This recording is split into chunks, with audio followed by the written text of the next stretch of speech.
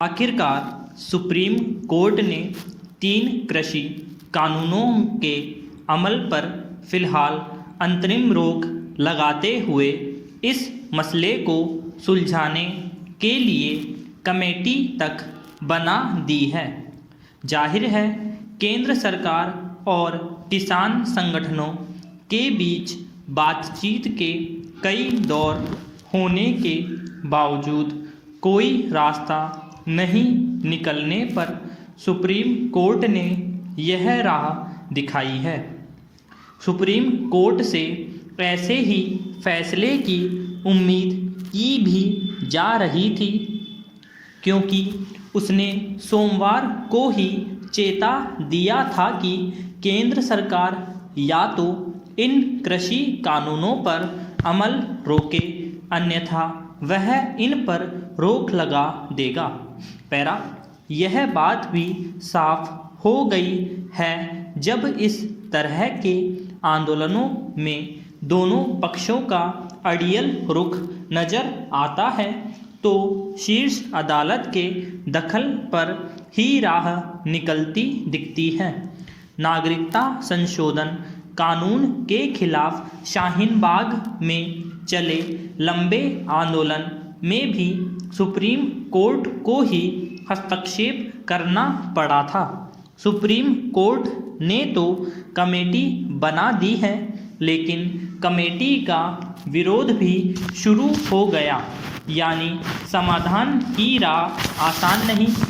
अब दोनों पक्षों को तय करना है कि वे अपने रुख में कितना लचीलापन ला पाते हैं। सरकार को भी और आंदोलनकारी किसान संगठनों को भी किसान आंदोलन के पक्ष विपक्ष और सरकार के रुख के पक्ष विपक्ष में पिछले दिनों जितनी भी बातें सामने आई, उनसे यह लगा कि न तो सरकार आंदोलनकारियों तक अपनी बात ठीक से पहुंचा पाई है और न ही किसान संगठनों ने बातचीत का माहौल बनाया है। आम तौर से ऐसे आंदोलन के समाधान की राह उस राजनीतिक प्रक्रिया से भी जुड़ी होती है जिसमें सत्तारूढ़ पार्टी ही नहीं बल्कि विपक्षी दलों को भी सरकार तक बात पहुंचानी होती है। टकराव तब और बढ़ता दिखता है जब जो राजनीतिक दल सत्ता में होते हैं वे भी सरकार से इतर सुझाव देने की स्थिति में नहीं रहते। दूसरी तरफ विपक्ष भी सिर्फ विरोध के लिए ही विरोध करता दिखता है।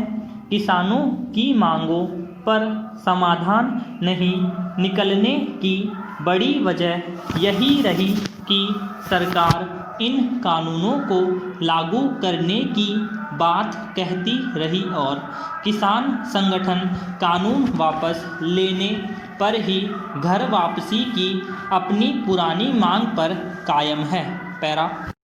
विचारणीय तथ्य यह भी है कि आखिर अदालतों को हर बार दखल क्यों देना पड़ता है।